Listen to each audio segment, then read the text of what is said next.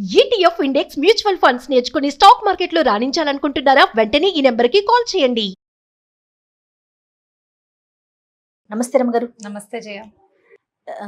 రమ్మగారు, ఏదైనా వస్తువు ఉందనుకోండి, మనదైతే మనకు వస్తుంది, అంటే మనకంటూ రాసి పెట్టుంది అనుకోండి, అది మనకు అవుతుంది అనే ఒక నమ్మకం ఉంటుంది కొంతమందికి. అసలు ఇది ఎంతవరకు కరెక్ట్ అంటారు? చాలా మటుకు కరెక్ట్. కర్మ సిద్ధాంతం. రమ్మగారు, ఎవరు చేసింది వాడు అనుభవించక తప్పదు. చేసి పెట్టుకొచ్చింది మనం తీసుకుంటాం తప్పకుండా. మన మొహం మీద రాసుంటే మనకు దానంతట అదే వస్తుంది.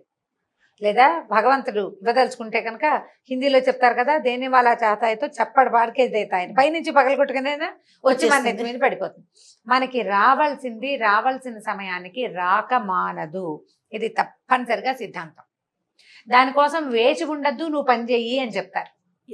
మన ప్రయత్నం మనం చేసుకోవాలి. నువ్వు నీ ప్రయత్నం నువ్వు చెయ్యి, నీకు రావాల్సింది నీకు వస్తుంది.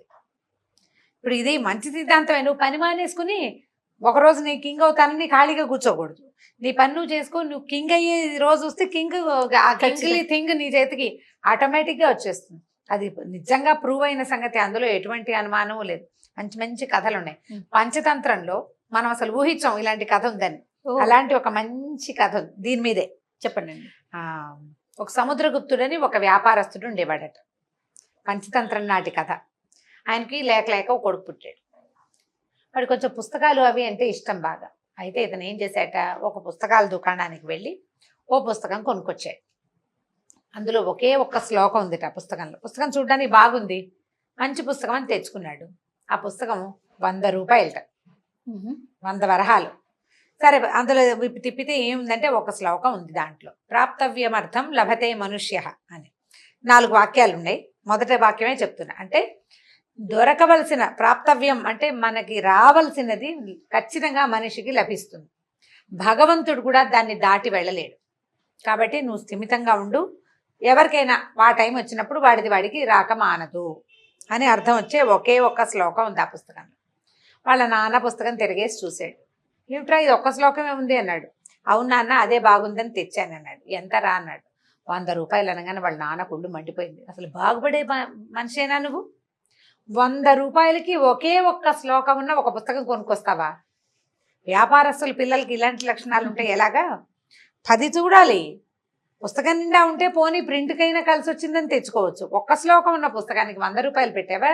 చీచి, నిన్ను నమ్మి నా వ్యాపారం కనుక అప్పచెప్తే దాన్ని తగలబెడతావు, నువ్వు పోపో బయటికి అని పంపేశాడు నాన్న. ఇంట్లో నుంచి బయటకు వచ్చేసాడు. కాకపోతే ఏంటంటే ఇవి వచ్చేసేటప్పుడు ఊరికే ఏదో మామూలుగా వచ్చేలా వాళ్ళ నాన్న అమ్మనాభూతులు తిట్టి 2 రోజులు అన్నం పెట్టకుండా మర్చిపో నా ఇంట్లో నుంచి అని వాళ్ళ అమ్మ బతిమలాడి చుట్టాలు చెప్పి ఇదంతా ఏమైందంటే ఒక పెద్ద డిప్రెసివ్ స్టేట్లోకి వెళ్ళిపోయాడు అబ్బాయి. దిగులుగా ఉండి అలా ఇంట్లో నుంచి బయటకు వచ్చేసాడు. ఎక్కడికో పోయాడు నడుచుకుంటూ, బళ్ళెక్కి ఆ బండికి ఈ బండికి. అప్పట్లో ఏమిటి వ్యాపారం ఇవి లేవు కదా, వ్యాపార సంస్థలు అవి ఏమి ఉండేవి కాదు, ఏవో కొట్లు ఉండేవి. ఈ ఊరు నుంచి ఆ ఊరు వెళ్ళాలంటే ట్రాన్స్పోర్టేషను ప్రైవేట్ ట్రాన్స్పోర్టేషనే, ఎవరిది వాడిదే. పబ్లిక్ ట్రాన్స్పోర్ట్ వీళ్ళందరినీ తీసుకెళ్లి రాజుగారి బళ్ళు ఏవి మోసుకెళ్ళేవి కాదు. దారే పోయేవో ఎడ్ల బండి ఎక్కితే ఉచితార్థం తీసుకెళ్ళి ఎక్కడో దింపేవాళ్ళు. అట్లా వెళ్ళి వెళ్ళి వెళ్ళి వెళ్ళి ఎక్కడికో చేరాడు. ఎవరైనా బాబు నీ పేరేమిటి అంటే ప్రాప్తవ్యమర్థం లభతే మనుష్య అనేవాడు. ఆ రెండో ముక్క వచ్చేది కాదనమాట, ఆ శ్లోకం చెప్పేవాడు. సరే, ఎవరు అడిగినా అదే చెప్తుంటే నీ పేరేమిటి అని అడిగినా అదే సమాధానం, ఎవరేమి అడిగినా అదే సమాధానం. ఏదో దొరికిన పని చేసుకునేవాడు, దొరికింది తినేవాడు. ఆ ఊళ్ళో అందరూ అతన్ని ప్రాప్తవ్యమర్థుడు అని పిలిచేవాడు. అదే చెప్తున్నాడు కదా. సరే, ఈ ప్రాప్తవ్యమర్థుడు ఏదో కాలక్షేపం చేస్తున్నాడు, ఒంటరిగానే ఉండేవాడు. ఓ దేవాలయాన్ని ఆశ్రయించుకుని ఉండి బయట ఏదైనా ఎవరైనా కట్టెలు కొడుతున్నారనుకో వీడు కూడా పోయి కట్టెలు కొట్టేవాడు. కొడితే వాళ్ళు ఏదో 10 రూపాయలు ఇచ్చేవాళ్ళు. షాప్కి వెళ్ళి ఏదో కొనుక్కుని తెచ్చుకుని కాస్త వండుకోకుండానో ఎక్కడైనా వండిన పూటకోళ్ళేళ్ళు దొరికితే ఎక్కడో తింటూ మొత్తానికి కాలక్షేపం చేస్తున్నాడు. ప్రాప్తవ్యమర్థుడు వాడి పేరు. బాగుంది. ఆ ఊళ్ళో ఒక రాజుగారు ఉన్నారు. అతను ఉన్న ఊళ్ళో ఓ దేవాలయాన్ని ఆశ్రయించుకుని ఉండేవాడు కదా. ఏమైందట, ఆ రాజుగారికి ఒక మహా అందగత్తైన కూతురు. ఆ పిల్ల కొంచెం చిలిపిది. ఏమైందట, ఆ ఊళ్ళో ఒక ఏదో సంత లాంటిది జరిగింది. ఈ అమ్మాయి ఆ సంతలోకి వెళ్ళింది. ఈ రాజుగారి అమ్మాయి పెద్దగా అంటే ఘోష పాటించే పద్ధతులు లేవన్నమాట. రాజుగారి అమ్మాయిలు కూడా తిరగచ్చు, చక్కగా తయారయ్యి చెలికత్తెలతో కలిసి వెళ్తే ఆ అమ్మాయికి ఒక రాజకుమారుడు కనిపించాడు. ఎంత బాగున్నాడు, చాలా బాగున్నాడు. అందుకని అమ్మాయి ఏం చేసింది, చెలికత్త చెప్పింది, వీడు చాలా బాగున్నాడు, వీటితో ఫ్రెండ్షిప్ చేద్దాం, మన ఇంటికి వస్తాడేమో కనుక్కో అంటే. ఇప్పుడు ఈ రాజాంతపురాల్లో ఏమిటంటే ఆడపిల్లలకి స్నేహాలు ఫ్రెండ్షిప్లు చేసే అవకాశాలు ఉండవు. గురువుగారులు వాళ్ళు ముసలిమా మామగారులు లేకపోతే తాతగారులు ఉంటారు. యంగ్గా ఉండే వాళ్ళతో మగపిల్లలతో ఫ్రెండ్షిప్ చేసే అవకాశం అమ్మాయికి లేదు. ఈ కనపడ్డ కుర్రాడు నచ్చాడు, వీడికి వెళ్ళి చెప్పమంది. ఈ చెలికెత్త కూడా ఈ చిలిపి దానికంటే ఇంకా ఉంటుంది అనమాట. అది పోయి అమ్మో ఏమైనా అవుతుందని భయపడకుండా ఆ కుర్రాడికి ఏమో ఈ రాజకుమార్తె నేను రమ్మంటోంది వస్తావా అని అడిగింది. వీడు ఆలోచించుకుని రాజకుమార్ చూస్తే చాలా అందంగా ఉంది, ఎందుకు రాము కబుర్లు చెప్పుకోవడానికే కదా, ఎంతగా ఫ్రెండ్షిప్ చేయొచ్చు రాజుగారు అమ్మాయితోటి, అందరికీ చెప్పుకోవచ్చు నాకు రాజుగారు అమ్మాయితో ఫ్రెండ్షిప్ ఉంది, వస్తానన్నాడు. నేను ఎలా రావాలంటే నువ్వు పని చెయ్యి, అంతఃపురం బయట అంటే ఈ రాజసౌధానికి ఒక పక్కన తాడు బయటికి వేస్తాం, నువ్వు వచ్చి ఆ తాడు పట్టుకో మేము నిన్ను లాగేస్తామని చెప్పింది. అర్ధరాత్రి పూట లాగుతామన్నారు. సరే చీకటి పడింది.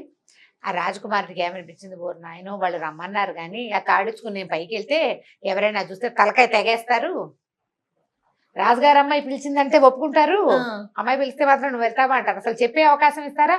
ఒకడు తాడు పుచ్చుకుని రాజుగారి కోట మీదకి ఎక్కుతూ ఉంటే ఏకత్తో విసిరేస్తే ముందు పుచ్చి ఎగిరిపోతుంది, ఎందుకు వచ్చింది గోవాలని వాడు వెళ్ళడం మానేసాడు. రాత్రి 10-11 అయింది. వాళ్ళు తాడేసి సిద్ధంగా ఉన్నారు అమ్మాయిలు. ఏమనాలంటే దీని తెంపర్తనం అనమాట, ఒంటతనము తెంపర్తనము. చాలా మంది మనకు ఆడపిల్లలు అలా కనపడతారు, చెయ్యకూడని పని చేస్తే ఒక రకమైన థ్రిల్లింగ్ గా ఉంటుంది, చేసేద్దాం అనిపించేస్తుంది. అది ఈ తాడు వేళ్లాడుతుంది. ఈ ప్రాప్తవ్యమర్ధుడు ఆ సంతంతా అయిపోయాక ఏదో తిన్నాడు, నిదానంగా నడిచొస్తున్నాడు. తెల్లటి రాజసౌధం, దాని మీద సున వేశారు బాగా తెల్లగా, దాని మించి వేళ్లాడుతూ ఓ తాడు కనపడింది. ఈయన కుతూహలం వచ్చింది, ఏమిటో ఈ తాడు చూద్దామని పోయి దాన్ని పట్టుకున్నాడు. పట్టుకునేసరికల్లా మనిషి పట్టుకున్న ఆనవాళ్ళు తెలియగానే వాళ్ళు లాగేశారు అమ్మాయిలు లోపలికి. వీడికి అసలు కోటలోకి వెళ్ళిపోయాడు.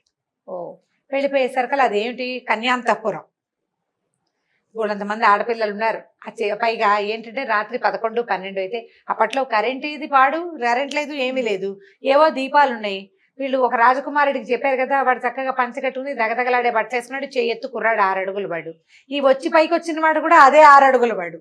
వీడు ఏదో పంచా ఉత్తరీయం వేసుకున్నాడు, మగపిల్లాడు. అబ్బాయి అని తెలుస్తోంది కదా. సరే ఇక వీడు వాడే కాదా అన్న ఆలోచన చేయలే. ఆ అబ్బాయిని లోపల తీసుకెళ్లారు. ఇదేమో పైగా నిశ్శబ్ద ప్రాణి, 10 ప్రశ్నలు వేస్తే ప్రాప్తవ్యమర్థం అంటాడు ఈయన, ఇంకేమండవు. తీసుకుపోయారు లోపలికి.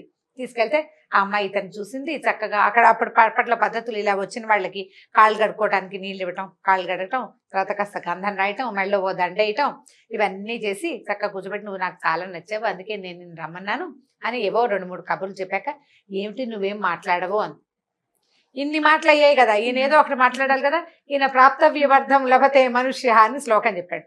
ఈ అమ్మాయి నిర్ఘాంతమైంది, వీడెవడో కొత్తవాడు, కాదు వాడు కాదని అర్థమైంది. ఇప్పుడు వాడు ఈ అమ్మాయితో ఫ్రెండ్షిప్ చేయడానికి ఇచ్చగించి వచ్చిన వాడైతే శ్లోకాలు ఎందుకు చెప్తాడు, కర్మ సిద్ధాంతం ఎందుకు చెప్తాడు, వాడు అడ్వాంటేజ్ తీసుకుంటాడు ఎంతో కొంత. అర్థమైపోయింది పిల్లకి, ఓ నాయనో వీడు వాడు కాదని ఏం చేసింది, తను పంపించేసేయి అని చెప్పి చెలికత్తలకు చెప్పింది. వాళ్ళు ఏం చేస్తారు, ఆ తాడు పుచ్చుకొని మహానుభావ మిమ్మల్ని దింపేస్తామని దింపేశారు. దిగెళ్ళిపోయాక ఏం చేశాడు, తెల్లవారైపోతుంది. ఇప్పుడు 12 గంటలకు ఎక్కాడు, 1 గంట గడిచింది, అక్కడ 1 గంట కూడా దాటిపోయింది. వాళ్ళు దింపారు, తర్జన పడ్డారు, వీడిని ఏం చెయ్యాలరా దేవుడా, ఎలాగరా దేవుడా అని. మొత్తానికి ఎలాగోలాగా దింపి పంపించారు. ఈయన ఏం చేశాడు, మెల్లిగా ఆ చీకట్లో అలా నడుచుకుంటూ తను ఉండే దేవాలయానికి పోయాడు.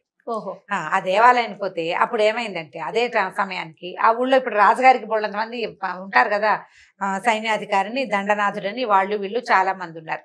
ఈ దండనాథుడు ఒక ఆయన అక్కడికి ఎవరో ఒకళ్ళ సంకేతం, ఆయనకి ఏదో పక్క రాజ్యపు వార్తలు వస్తాయని ఆ గుళ్ళోకి రమ్మని సంకేతం ఉంది. ఆయన అక్కడికి వచ్చాడు. ఈ కుర్రాడు వచ్చేసరికి ఈయన తెల్లబోయాడు, వీడెవడో వచ్చాడని. ఏమిటి నాయనా ఎందుకు వచ్చావు అని అడిగితే ఈయన ప్రాప్తవ్యమర్థం అన్నాడు. మళ్ళీ అనేసరికి ఆయన ఏమన్నాడు, బాబు ఇది అంటే ఆయనకి ఏమర్థమైంది, వీడేదో అల్లరి చిల్లరి వాడు కాదు, ఎవడో బుద్ధిమంతుడు, సంస్కృత శ్లోకాలు కర్మ సిద్ధాంతం చెప్తున్నాడు. కాబట్టి వీడికి ఏం చెప్పాడంటే, మీరు ఇది మనుషులు ఉండే చోటు కాదండి, ఇదంతా చీకటిగా ఉంది, ఏమైనా వాళ్ళు వీళ్ళు రకరకాల ప్రయోగాలు అవి జరుగుతాయి ఇక్కడ. కాబట్టి మీరు పని చేయండి, ఈ దారి వెంబడి సరాసరి వెళ్ళండి, కుడి చేతి వైపుకి మళ్ళండి, అక్కడ ఒక ఇల్లుంది, లోపలికి వెళ్ళిపోండి, తలుపు తెరిచి ఉంటుంది, తోసుకుని లోపలికి వెళ్ళండి. ఎడం చేతి వైపు 4-5 గదులు ఉంటాయి, మొదటి గదిలో పోయి నిద్రపోండి, మీరు పడుకోవడానికే కదా ఇక్కడికి వచ్చారు, అక్కడికి వెళ్ళి పడుకోమని తన ఇంటి అడ్రస్ సాకల్యంగా వీడికి చెప్పాడు. ఆయన ఇల్లు అక్కడ ఉంది, తన ఇంటికి వెళ్ళి తన గదిలో పడుకోమన్నాడు. ఈ పూటకి వీడి బెడద లేకుండా తను అక్కడ ఏ పని మీద వచ్చాడో ఆ పని చేసుకోవచ్చు అన్న దండనాథుడి ఉద్దేశం. సరే వెళ్ళమన్నాడు కదా, ఈయనకి కాదు కూడదండం ఈయనకి రాదు, ఈ పెద్ద మనిషికి. నడుచుకుంటూ పోయాడు. దారి వెంబడి వెళ్ళాడు, ఆ కుడి చేతికి మళ్ళాడు, ఎడం వైపు ఉన్న 10 ఇళ్లలో మొదటిల్లు ఏదో పట్టుకున్నాడు, ఇంట్లోకి వెళ్ళాడు. ఏం చేశాడు, ఆయన లెఫ్ట్లో ఉన్న గదులని చెప్పాడు పడుకోవడానికి. ఆయన చెప్పిన గదికి ఆపోజిట్ గదిలోకి పోయి పడుకున్నాడు ఇతను. గదులు ఖాళీగా ఉన్నాయి, పెద్ద పెద్ద ఇళ్లలో ఏముంది, చాలా గదులు ఉంటాయి, మంచాలు పరుపులు వేసి ఉన్నాయి. రాత్రి వేళ ఈయన తలుపు తీసుకొచ్చాడు, ఆయనకి తెలుసు తన ఇల్లు కాబట్టి అక్కడ ఎవరు కాపలా ఉండరని ఈజీగా వెళ్ళిపోవచ్చనే చెప్పాడు. ఈ కుర్రాడు లోపలికి వచ్చాడు, ఈ గదిలోకి వచ్చి పడుకున్నాడు. ఆ దండనాథుడికి ఓ కూతురు ఉంది. ఆ అమ్మాయి తన బాయ్ ఫ్రెండ్ని రమ్మంది. అప్పుడు ఆ గదిలోకి వచ్చి పడుకున్నవాడు చీకట్లో తన బాయ్ ఫ్రెండే వచ్చాడు అనుకుని వచ్చి వాడి దగ్గరకు కూర్చుంది. ఆ మాట ఈ మాట మాట్లాడింది. అమ్మాయి కూడా ఓ దండ పట్టుకొచ్చింది, గంధం రాసింది, ఆ కబుర్లు ఈ కబుర్లు చెప్పిన తర్వాత ఈయన ఏమిటి నేను ఇంత మాట్లాడుతున్నాను, ఒక్క మాట కూడా సమాధానం చెప్పవు, రేపొద్దునే మా నాన్నతో మాట్లాడి నువ్వు నన్ను పెళ్లి చేసుకోవాలి సుమి అంది. అనగానే ఈయన ప్రాప్తవ్యం అర్థం లభతే మనుష్య అన్నాడు. అనేసరికి తెల్లబోయింది అమ్మాయి. వీడెవడో వచ్చేసాడు కొత్తవాడు, ఓవర్ నాయనో అనుకుని ఏం చేసింది, ఏమంటే మీరు వెళ్ళిపోండి ఇక్కడి నుంచి, నేను వేరే వాళ్ళ కోసం ఎదురు చూస్తున్నాను, మీరు వచ్చారు, సర్దు అవ్వకుండా వెళ్ళిపోండి, ఎవరైనా చూసే లోపల మా నాన్న ఎక్కడికి వెళ్ళాడో వచ్చేస్తాడో ఏమో, నిశ్శబ్దంగాని గుమ్మం దాటిచ్చి పంపించేసి తెల్లవారబోతోంది. బయటకు వచ్చాడు, నడుచుకుంటూ పోతున్నాడు. ఆ దారిలో ఒక చోట ఒక 4 రోడ్ల కూడలికి ఒక పక్కగా ఒక పెళ్ళి అవుతోంది. మనం ఇప్పుడు రోడ్ల మీద పెళ్లి పందిర్లు వేసి పెళ్లిళ్ళు చేసే ఇట్లా తెల్లవారుజామున ముహూర్తం ఓ పెళ్లి జరుగుతుంటే, ఆ పెళ్లి వేళకి సరిగ్గా ఇతను మా పందిట్లోకి వెళ్తుంటే దాని పక్కన ఇంకా కొంచెం ముందుగా రాజుగారి తాలూకు మన జంతువులు ఇవి కట్టేస్తారు కదా, ఏనుగుల్ని గుర్రాలని కట్టే సాలలోంచి ఒక మదించిన ఏనుగు బయటికి పరిగెత్తుకొచ్చింది. ఈ రావడం ఈ పెళ్లి పందిరి మీద పడింది. అది పడేసరికల్లా ఎడాపెడా ఉన్న జనాలంతా తలా పక్కలకి కకావికలుగా పారిపోయారు. ఈ పెళ్లి కూతుళ్ళకి మేలు మూసుకేస్తారు, పైగా ఇలా వంగి కూర్చుని కింద కూర్చుంటారు భూమిలోకి తల పాతేసుకుని. ఆ పిల్లకి అర్థం కాల జరుగుతున్న గందరగోళం. ఒక 2 నిమిషాలు అయ్యాక దానికి అర్థమయ్యి అంతా ఏనుగు ఘీంకారాలు, జనాలు పరిగెడుతున్న సందడి అర్థం చేసుకుని ఆ పిల్ల లేచేసరికల్లా వాళ్ళ నాన్న వెళ్ళిపోయాడు, పెళ్లి కొడుకు లేచకపోయాడు, అక్కడ లేడు. ఆ పందిట్లో ఈ పిల్ల ఒక్కతే మిగిలింది. జనాలంతా తలా ఒక పక్కకి పరిగెడుతున్నారు. అమ్మాయి తెల్లమొహం వేసుకుని నుంచి చూస్తోంది. అమ్మ కెవ్వు భయం వేస్తోంది, అరిచేసింది. అరిచేసరికల్లా ఈ పెళ్లి పందిటి వైపుకి వెళ్తున్న ఈ ప్రాప్త విమర్దుడు ఏం చేశాడు, అయ్యో ఈ అమ్మాయి ఎవరో అరుస్తోందని ఆ వస్తున్న ఏనుగుని చూసి ఉండు నేను నేను రక్షిస్తానని పరిగెత్తుకుంటూ వెళ్ళి అమ్మాయి చేయించుకున్నాడు. నువ్వేం భయపడద్దు అన్నాడు. ఏం భయపడద్దు, నేను నిన్ను రక్షిస్తానన్నాడు. చేయించుకున్నాడు. ఏనుగు దగ్గరకు వచ్చేసరికి ఇతను ఏం చేశాడు, ఆ పెళ్లి పందిరికి వాసాలు పాతి పెడతారు కదా, ఓ వాసం లాగి ఏనుగుని బెదిరించాడు. అక్కడ ఏదో అరటి పిల్లల గెల ఉంటే దాని మీదకి విసిరేశాడు. అది ఆ గెల చేత్తో పుచ్చుకుని మెల్లిగా సర్దుకుని ఏనుగు వెళ్ళిపోయింది. ఆ అమ్మాయి చేయి పుచ్చుకున్నాడు కదా, పుచ్చుకొని ధైర్యంగా ఉండు, ఏం పర్వాలేదు, నేనున్నా కదా, వాళ్ళంతా వచ్చేదాకా నేను నీకు తోడుంటానమ్మాయి అని ఆ పక్కన ఉంచున్నాడు. చేయి పుచ్చుకుని ఉంచున్నాడు. ఎవరు లేరు, మరి నిర్జనంగా ఉంది పెళ్లి పందిరి. పిల్ల కంగారు పడి ఏడ్చేస్తుంది, చేతులు పుచ్చుకుని ఉంచున్నాడు. ఈ లోపల కొంచెం దూరంగా దాక్కున్న పెళ్లి కొడుకు బయటకు వచ్చాడు. ఈ పెళ్లి కూతురు చెయ్యి ఎవడో పట్టుకుని ఉండటం వాడికి కనపడింది. ఇదేమిటి అని చెప్పి కంగారు పడ్డాడు. నేను చేసుకోవాల్సిన పిల్ల పెళ్లి కూతురు కనపడుతోంది స్పష్టంగా, వీడెవడో ఇంత పొడుగునున్నాడు. వాడు వచ్చి చేతులు పుచ్చుకున్నాడు. వాడు అరిచచ్చి నాన్న అమ్మ ఎక్కడన్నారో అని కేకలు పెట్టాడు. ఈ పిల్ల తండ్రి కూడా బయటకు వచ్చాడు, కన్యాదాత కూడా బయటకు వచ్చేసరికల్లా ఈ పెళ్లి కొడుకు అన్నాడు, ఏమయ్యా నీ పిల్లని నాకు ఇస్తానన్నావు, ఎవడో చేయించుకుని ఉంచుంది అదేమో ఇక్కడ, వాడు ఎవరికో ఇచ్చేసావా, నాకు ఇస్తానన్న పిల్లని అని అరిచచ్చి కేకలు పెట్టేసరికల్లా ఆయన అన్నాడు, నాకేం తెలుసు, నాకు అసలు తెలియని కూడా తెలీదు, ఏనుగు వచ్చిందని మీరు పరిగెత్తారు, నేను పరిగెత్తా, ఈ పిల్ల ఎక్కడ ఎందుకు నుంచుందో, ఈ పిల్లాడు ఎవడో దీని చెయ్యి ఎందుకు పుచ్చుకున్నాడో నాకు తెలియదని ఆయన గబగబా కూతురు దగ్గరకు వచ్చి కేకలేశాడు. ఏమిటమ్మాయి నీకు పద్ధతేనా ఇది, పెళ్లి కుదిర్చావు, ఇప్పుడు కొన్ని నిమిషాల్లో ముహూర్తం ఉంది, ఏనుగు వచ్చిందని మేమందరం వెళ్ళిపోతే నువ్వెవడో నీ బాయ్ ఫ్రెండ్ని పిలిపించుకుని వాడి చేతులు పుచ్చుకుని ఉంచున్నావు అనేసరికి ఆ అమ్మాయి కేకలేసింది, కాదు అది జరగలేదు, ఇతను నా ప్రాణాలు రక్షించాడు, నా చేయి పుచ్చుకున్నాడు, నన్ను రక్షించాల్సిన నువ్వు పారిపోయావు, పెళ్లి చేసుకోబోతున్నాడు ఇంకో నిమిషంలో ఇప్పుడు వచ్చి అరుస్తున్నాడు, పెద్ద పెత్తనం జతాయిస్తూ, వాడు లేచక్కపోయాడు, ఇక్కడ లేడు, వాళ్ళెవరు నాకు అక్కర్లేదు, నేను ఇంకోటి పెళ్లి చేసుకుని నా చేయి పుచ్చుకున్నాడే వీణే నేను పెళ్లి చేసుకుంటానని అనేసరికల్లా వచ్చిన చుట్టాలందరూ నీ పిల్ల ఎట్లాంటిదని ఈ కన్యాదాతని తిట్టారు. తెల్లారిపోయింది ఈ గందరగోళంలో. దండనాథుడు వస్తున్నాడు, ఆయన దేవాలయంలో ఉన్నవాడు కదా, ఆయన వస్తున్నాడు. ఇక్కడ ఏదో గందరగోళం జరుగుతుందని చూస్తే ఈ ప్రాప్తవ్యమర్థుడిని ఆయన గుర్తుపట్టల. కానీ బాబు ఎవరిని అనగానే ఈయన ప్రాప్తవ్యమర్థం అన్నాడు. ఆనంగానే ఈయనకు అర్థమైంది తెల్లవారుజామున తను చూసిన వాడే వీడని. ఇంతలో ఏమైంది, ఈ గందరగోళానికి రాజభట్లు కొంతమంది చేరారు, రాజుగారిని పిలిపించారు. ఇక్కడ జరుగుతున్నదంతా విని ఈ ప్రాప్త విమర్ధం శ్లోకం చెప్తున్నాడు ఫలానా ఒక కుర్రాడు ఈ పిల్ల చేయిపుచ్చుకున్నాడని ఊరంతా పాకిపోయింది. చిన్న ఊళ్ళల్లోకి ఏముంది, దండనాథుడి కుమార్తె వచ్చేసింది, రాజుగారి కుమార్తె వచ్చేసింది. వచ్చేసరికల్లా సరే రాజుగారు ఈ కుర్రాడిని పక్క పిలిచి, నాయన ఏమిటి సంగతి అని అడిగితే, ఇవాళ అన్ని ఇలాంటి సిచ్యువేషన్సే జరిగినాయి అని, రాత్రి అలా జరిగింది, తెల్లవారుజామున ఇలా జరిగింది, ఇప్పుడు ఇది జరిగింది అని చెప్పాడు. వీడు ప్రాప్త విమర్ధం శ్లోకం చెప్పగానే రాజుగారు అమ్మాయి 2వ వాక్యం, దండనాథుడి కూతురు 3వ వాక్యం, ఇక్కడ ఉన్న పెళ్లి కూతురు 4వ వాక్యం అప్పచెప్పారు. అంటే ఈ 3 అమ్మాయిలు ఇతనితో కనెక్ట్ అయి ఉన్నారు. దాంతో రాజుగారు ఏమనుకున్నాడంటే, అర్ధరాత్రి కన్యాంతపురంలోకి ప్రవేశించిన వాడు అల్లుడే కావాలి కానీ ఇంకొకడు కాకూడదు, పరువు పోతుందని తన కూతురునిచ్చి ఈ అబ్బాయికి పెళ్లి చేశాడు. దండనాథుడు కూడా తన ఇంట్లోకి ప్రవేశించాడని సంగతి స్పష్టమైపోయింది, పిల్ల చెప్పేసింది అందరిలో. అందుకని ఆ పిల్లనిచ్చి కూడా వీడికి పెళ్లి చేశారు. ఈ చెయ్యి పుచ్చుకున్న పిల్ల ఎలాగూ వీడి భార్యమని దాన్ని పెళ్లి చేసుకున్నాడు. ఈ 3 అమ్మాయిల్ని పెళ్లి చేసుకుని హాయిగా ఆ ఊరికి రాజుగారి తర్వాత రాజయ్య హ్యాపీగా ఉన్నాడు ప్రాప్త విమర్థుడు. తర్వాత వాళ్ళ నాన్నని అమ్మని అందరినీ ఆ ఊరికి పిలిపించుకున్నాడు. దొరకవలసినది వాడికి దొరికే తీరుతుంది, దొరకలేదని దిగులు పడద్దు, నీదైతే గ్యారంటీగా నీకు వచ్చి తీరుతుంది. అది మనం వద్దని వదిలించుకున్నా సరే నీకు ఆ టైంకి అలాగే వచ్చేస్తుంది. బాగుంది. ఓ 2 వాక్యాలు మీరు పర్మిట్ చేస్తే చెప్తాను. చెప్పండి. అసలు యూట్యూబ్ లో పనిచేసే ఉద్దేశమే లేదు నాకు, అస్సలు లేదు.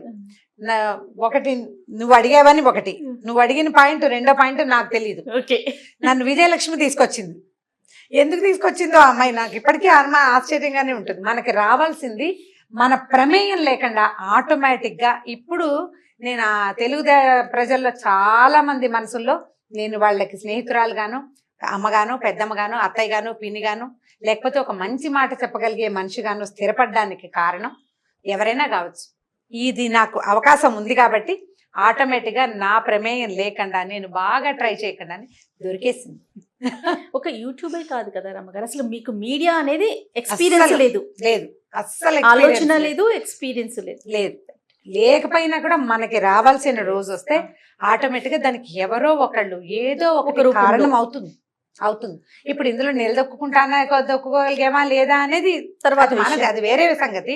కానీ మనకు ఆ అవకాశం, ఇది మనకి రావాల్సింది ఖచ్చితంగా వచ్చి తీరుతుంది అంతే. ఓకే రమ్మగారు, ఇంకొక స్టోరీతో మళ్ళీ కలుద్దాం. ఓకే జయ.